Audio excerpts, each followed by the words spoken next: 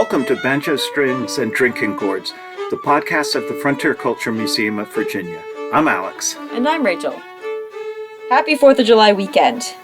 This episode, we're going to be inviting Mark back to discuss the American Revolution at sea. A little bit of a twist on our usual 4th of July podcast, and one that doesn't necessitate too much history of the Valley, but does quite involve Virginia and Virginia forces. So, welcome back, Mark. Hello, everybody. Well, Mark, our first question for you is, what was the role of the American Navy during the Revolution? All right, so the American Navy during the Revolution is really going to be the important part at the beginning of the war.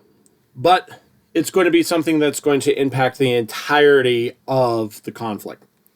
So, for the Continental Congress to start with the Navy, they have to create the Department of the Navy, which is going to happen in October of 1775. Now, most of the American ships that are going to be taking part in the American Revolution are actually converted merchant ships turned into privateers. All right, so what does that mean? So a privateer is basically a government-sponsored pirate. They have a letter of permission to attack certain kind of shipping. And in our case, for the American Revolution, it would have been from the Continental Congress, empowering individuals and ship owners to attack British shipping. That would have made them a privateer. If they were to attack shipping of any other nation, they would no longer be protected, and they would have been classified as a pirate, a criminal against all of humanity. Now, in addition to the commerce war at sea, in 1776, General Benedict Arnold is also going to get involved with ships, and he is going to build a fleet on Lake Champlain. Now, the American forces were defeated against the British on the lake, but this delayed British operations into the northern part of New York and some of the New England colonies until the following year. This means that Gentleman Johnny Burgoyne's forces were not able to leave Canada and push into New York until 1777. And that extra time bought is going to be what slows the campaign down and ends with the Battle of Saratoga in 1777, which is going to change the entire face of the war, leaving it behind the stage where it's just an American conflict against the British and bringing in the French, the Spanish, and eventually the Dutch into the conflict as well. Why is John Paul Jones the most famous American captain in the war? Okay, so John Paul Jones is probably the most famous American captain of the American Revolution. He was boisterous, he was loud, he didn't get on very well with his superior officers. But he is famous for a couple of reasons. The first is going to be in 1778, Captain Jones was in command of the ship the Ranger, and he attacked the coastline of England and Ireland, actually attacking some of the towns. This was eventually going to lead to the capture of a British warship, the Drake. The second part of his story is going to take place in 1779. Now, John Paul Jones finds himself in France without a ship, and with the assistance of the American diplomatic mission, one Benjamin Franklin, is able to get a French ship transferred over to the American forces. It is going to be called the Beaumont Richard, the Poor Man Richard. And this is going to be a frigate, which Jones is going to be able to use to attack British shipping. They end up engaging against a timber fleet coming in with timber and wood bound for Britain, and it is protected by a British frigate named the Serapis. The battle goes down in history as the two ships are firing upon each other, and they order his surrender, and John Paul Jones famously says, "I have not yet begun to fight," and they do a boarding action, and John Paul Jones captures the British ship and forces it to surrender. And shortly thereafter, the poor man Richard sinks. So he is able to capture the other ship, but his own command sinks underneath of him. And it is the sort of story that shows American defiance at sea against the most powerful navy in the world. And before you mentioned that in the Great Lakes and that battle that brought the French and Spanish into the Revolutionary War, how did this change the Navy War? So before the Battle at Saratoga, before these early victories, it is a regional rebellion that the British are able to spend almost all of their energy and efforts to crush the 13 colonies. After the French and then later the Spanish joined the war, it is now a worldwide conflict. And therefore, the British cannot and choose not to spend all of their energy on the Americas. There's still a military force under Cornwallis in the southern colonies. General Clinton is in New York. But the rest of the British Army has been pulled out to defend other parts of the British Empire. They're having to defend the British Caribbean colonies like Jamaica. They're having to defend Gibraltar. They're going to be fighting in India and along the coast of Africa as all of these different colonial empires begin to jockey for control of territory. Now, for the war at sea, they're going to be leading to a number of conflicts. Initially, you're going to see some fighting in the Mediterranean, in the North Atlantic, and off the coast of the Caribbean. In 1780, the French fleet is going to break free, and it's going to start attacking British Caribbean possessions, taking a few of the smaller islands and badly hurting the British economy, slowing down the importation of sugar and rum into the British Empire. Now, while all this is happening, the British are going to dock, and I think the French have also docked because of the hurricane season, and that is going to allow, in 1781, the French fleet under Admiral de Grasse and the French army under the command of General Rochambeau to get out of the Caribbean and make their way to the 13 colonies. And they're going to be bound for the Chesapeake Bay. Now, the French and the British, under the command of Admiral Graves, are going to meet at the Battle of the Capes in Virginia.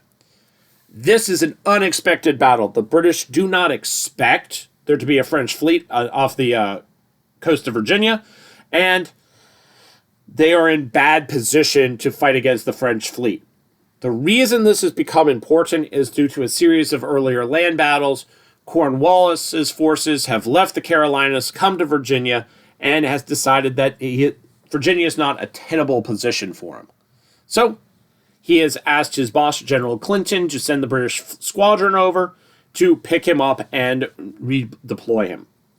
And they are going to be meeting the British Navy at the town of Yorktown in Virginia. That does not happen because at the Battle of the Capes, while the fighting itself is pretty indecisive, the British forces are forced to turn away from the Chesapeake and return to New York City. And as a result, that traps Cornwallis in Virginia.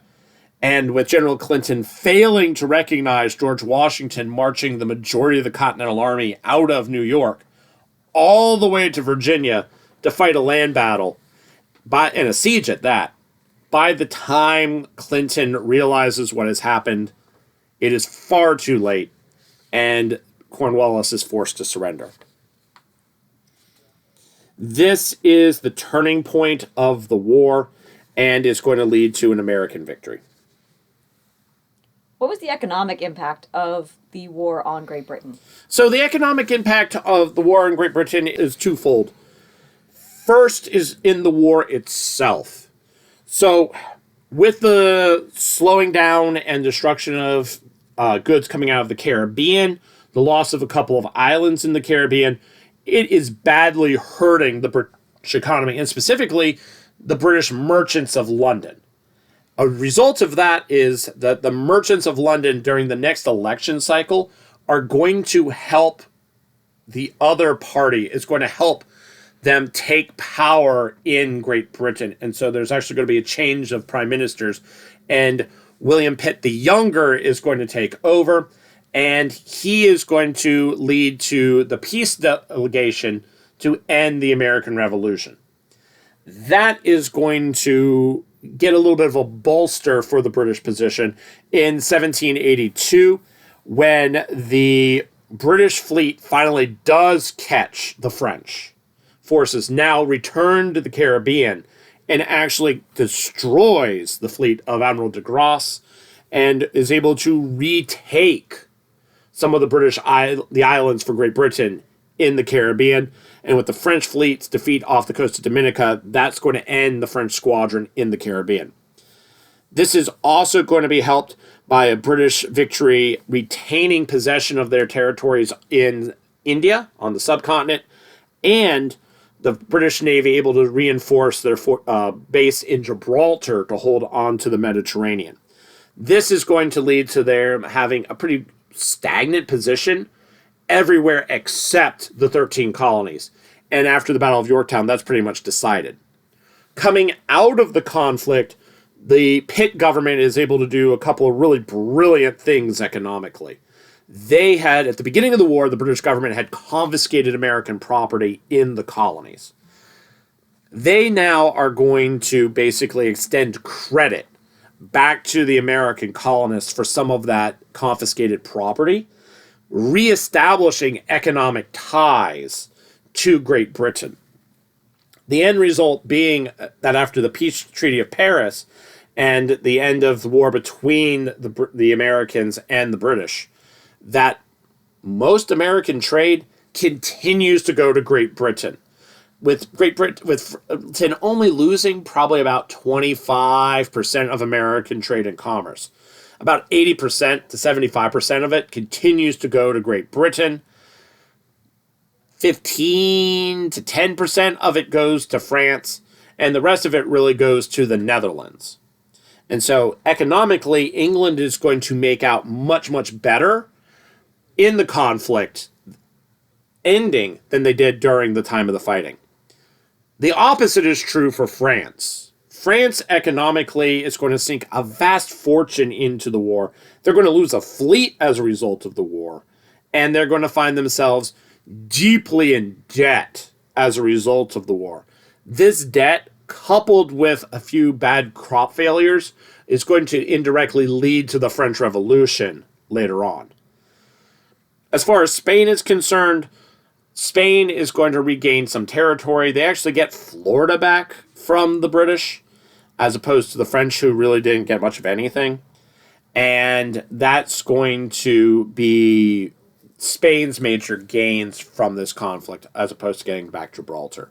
Economically, Spain doesn't see any kind of improvement or any worsening of their economic woes as a result of the conflict.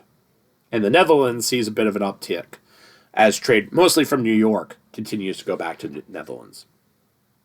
With the creation of the American Navy, how many ships did they have under command? Was it a big navy or a very It was tiny? not. It was a very small navy. There was probably never more than 30 or so ships in the American fleet at any time. And in truth, the British Navy will increase in size during the course of the conflict and will actually get larger, mostly in response to trying to outpace France and Spain's navy, not because of anything the American colonists do. And by the end of the war, we have just about 20 ships. So our fleet actually will shrink in size as the war goes on. As I mentioned, the Beaumont Richard, which was probably the largest ship the Americans had through most of the conflict, sank the first time we took it out into naval engagement. Did it sink because of it was hit by British ships, or it just It sank? it sank in the conflict against the British warship. Oh, so And so it was taking on water while John Paul Jones was trying to board into the British ship. They captured the British ship, and then they were unable to patch the ship or keep up with the bilge pumps pumping the water out of the ship, and it sank.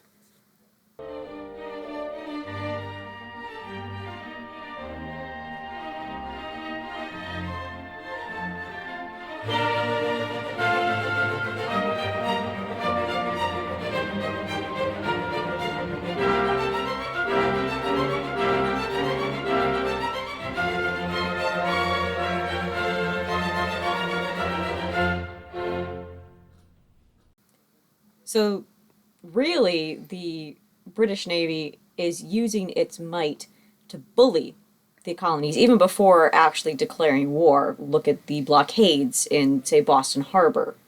Yes. No, absolutely. Before the conflict, taking a step back, even before the initial troubles, even at the beginning of the French and Indian War, the British had invested a lot of naval assets into the Americas to stop the French during the French and Indian War. Not all of those assets went home.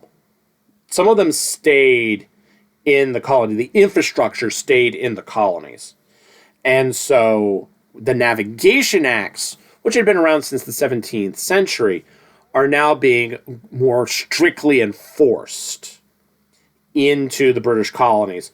And there are just a lot of American colonists that don't follow the navigation acts. There are a lot of folks coming out of the New York colony who are smuggling things into Dutch colonies. There are a number of Virginian shipping industries that are getting around the orders to have to go to Great Britain, to go to England. They are just sneaking right into the Caribbean to do business. So there are a lot of ways that they're moving around that. And the British Navy is the arm of the British government trying to impose those navigation acts. Now, after the Boston Tea Party and the throwing of tea into the harbor, the British do a couple things which really are the final nails for the revolution. But one of them is they closed Boston Harbor. The other was that they repealed the New England, Massachusetts charter, which, based on the way the charter was written, they probably weren't allowed to do legally. And that included closing the harbor, which is how Boston made its money. And so they had a large squadron there. As long as that squadron was there, the British could hold or at least continue to threaten Boston. It was only after they were completely surrounded and the Americans were able to bring artillery from Fort Ticonderoga all the way to Boston and put them over the bluffs overlooking the city, which could threaten the British ships, that the British decided to pull out of Boston, which they did because there was no way to stop them from boarding the British ships and escaping. They were taken north, reconstituted, and the very next year, it was naval operations and landings that brought the British forces larger and reinforced back into the colonies and ended up with the occupation of the city of New York. That set of conflicts sees George Washington's forces defeated at every turn, and it's only through the good fortune of them finding riverboats that Washington is able to get his forces off of New York back into the rest of the colonies, and therefore able to escape. So it's both the British naval superiority that let them make the landing, and it's the luck of finding local American ship forces that let them get out of that trap. That's something that we tend to forget about, is that it's not just the ocean-going vessels that are playing a part here. It's also ferries and anything really people moving, even on smaller bodies of water. Yeah, these ships for the landings from New York were often referred to as bateaus. And that also plays a part in the later Manifest Destiny as well. So it's kind of the American naval forces, even domestic naval forces, international naval forces, start playing the same role that Great Britain had earlier. Yes. I should mention with the bateaus, that is the same ships used for Washington's crossing that Christmas where they attacked Trenton. At the end of the Revolutionary War, does the Navy go, I'm a little confused, or does the ships get mothballed? So since most of the ships that were in the American Navy were converted merchantmen, they went back to being merchantmen if they still existed at the end of the war. Most of these merchantmen were actually armed, in large part to protect against pirates, which is going to become a further issue for the newly minted United States, and that Barbary pirates and other corsairs are going to begin preying on American ships, and it's only the armed merchantmen that are going to be able to make that international trade. The problem with an armed merchantman is you've devoted so much of your tonnage, so much space on the ship, to weapons and armaments, that you can't carry as much cargo. You are less effective as a merchant ship because of that. The United States does take some efforts to mitigate this, but initially the Navy is almost completely downsized and eliminated. It's only reestablished in small ways once we stop being the Articles of Confederation and we actually become the United States of America, and at which point we only launch a few dozen ships. The advantage of that is the ships we do build are going to be the USS Constitution and her sister ships. They're referred to as super frigates. That is a whole different topic, but it basically boils down to we've taken the best practices of Dutch and English shipbuilding, put a whole brand new ribbing system in, and then the material wealth of North America comes to bear. We have so much wood and timber. We are able to build our ships are what I've called the heart of oak. That is the very center section of the tree rings in an oak tree. We can throw away 2/3 of the oak tree for those ships. Just the densest wood, which means that a lot of the artillery of the age at longer ranges could fire against USS Constitution and the rounds would just bounce off. It's where she gets her nickname Old Ironside from. And it's those ships that are able to do it. In the War of 1812, the British will initially put an estimate that, no, if you end up fighting one of these super frigates, you should have 3-to-1 superiority to do so. And then they up it to 4-to-1 superiority. And the day they do that, USS Constitution and her sister ships end up defeating a squadron of 4 British frigates. So they up it to 5-to-1. And that's going to be, again, a very small Navy. And it's not going to really be until the middle and even later part of the 19th century that you're going to see a large American Navy. Where are the earliest shipyards? So there's a number of different places. The ocean-going shipyards are going to be in Massachusetts. Now, that's misleading because Maine and Massachusetts were the same colony at the time. And so as a result, some of the shipbuilding are going to be in places like Boothbay, which is in Maine today, but the biggest yards would have been near Boston and in that part of New England. So that's where you're seeing a lot of the big ocean-going ships.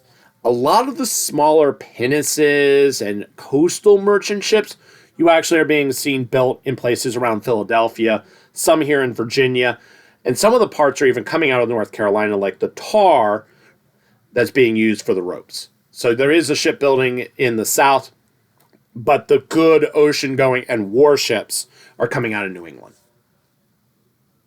And does that also apply true for the sailors manning these ships? It does apply true for the sailors manning these ships. You're going to see a fair amount of coastal sailors from almost all the 13 colonies. Okay, all right, not Georgia. Georgia doesn't have a large enough population to start with. And they're still more worried about the Spanish in Florida than shipping. But from Charleston in South Carolina, you're going to see a number of shipping and will become the Norfolk, Newport News area in Virginia. You're going to see, of course, Philadelphia shipyards. You'll see those shipyards also in the New Jersey and Delaware areas near Pennsylvania, as well as the New Jersey and near New York City, having some, again, local shipbuilding. New York does a lot of shipbuilding. They do merchant ships pretty well. And you're going to see that basically constructed along Dutch lines because of its history with the Netherlands. And then New England, you're going to see both ocean-going merchant ships. You're going to see the early American warships. And you're going to see whalers coming out of New England. And your whaling industry is almost exclusively New England sailors. And that's going to be the largest number of sailors coming into the colonies. Little later on, New Orleans and Gulf Coast sailing will also become a thing. But at this point, that is still part of France and Spain, respectively. Hollywood has a lot to answer for in the idea that a lot of sailors get shanghaied or impressed. Was that going on during the Revolution? It is going on a little bit in the Revolution. Less so on the American side than it is going to be on the British side. The issue the British have, and they have it all in the later part of the 18th century and in the early part of the 19th century, is they just don't pay very well. The Royal Navy hasn't had a meaningful pay raise in 100 years. They're still being paid a couple shillings a month. They've been given a rum ration, which they've started to water down and is referred to as grog. And that's about it. As a merchant sailor, you can make a lot more money on a successful business, say whaling, or working on an East Indiaman bound for India, gone for 2 years, and coming back with a cargo of tea, silks, and spices. You get a cut of those profits. It's much more profitable. So the British are having to do a number of different practices to try to keep the Navy up. And the second problem Britain has is they keep doubling the size of their Navy. So they have more than enough sailors interested in serving in the Royal Navy to protect Great Britain. But they don't have enough to maybe protect Great Britain and have 3 times as many ships as France and Spain and the Ottomans all combined at the same time. And they will never quite get to their 3-to-1 dream of having 3 ships to every 1 ship for the next 3 largest navies combined. But they get close, which is going to really make the largest fleet in the world. So, yeah. Now, later on with the United States, in the War of 1812, leading into that, the impressment of American sailors there has to do with the Napoleonic Wars. We're neutral in the United States. We, as a government, say we have the right to do business with everybody. And Great Britain says, that's great, but we've blockaded Europe, so no. You can't sell to France. And we're like, but we're not at war with France. Of course we can sell to France. And Britain goes, no. So they start stopping our ships to prevent trade. And when they are doing that, they are taking a look at the sailors on the ships, and they're going, you're John of Kent. I know you're John of Kent. I sailed with you 4 years ago, John. What are you doing on an American ship? And he's like, I'm an American now? And so that's where the impressment of American sailors comes in. And in this fictitious example, yeah, John is from Kent. And yes, John was a British sailor. 3 years ago, he became an American citizen. Went through the whole process. So that's where the really gray area comes in. Today, you hear an American speak, you know that's an American. That there's no question that's a man from Bristol or London or anything like that. That's not true in 1770s, 80s, 90s, even 1820. An American could have a very British accent, and someone from Great Britain could have an accent that sounds identical to someone from the United States. That's a much fuzzier area. And a number of British sailors were leaving Great Britain to work on American merchant ships to avoid serving in the British Navy. So that did lead to the impressment issue. It never really fully gets settled, but that's a War of 1812 issue, not a directly American Revolution issue. All right. Well, thank you very much, Mark. That was very interesting. And thank you for listening. Yep. Be sure that you follow along and subscribe to Banjo Strings and Drinking Gourds wherever you get your podcasts. We have an array of sources that you can choose from, and you can stay up to date on all of our new episodes. And also, be sure to stop by the museum this weekend for our 4th of July celebrations. We'll have lots of exciting events going on all the way through Monday on the actual 4th of July. Thank you. Yes, thank you, everyone.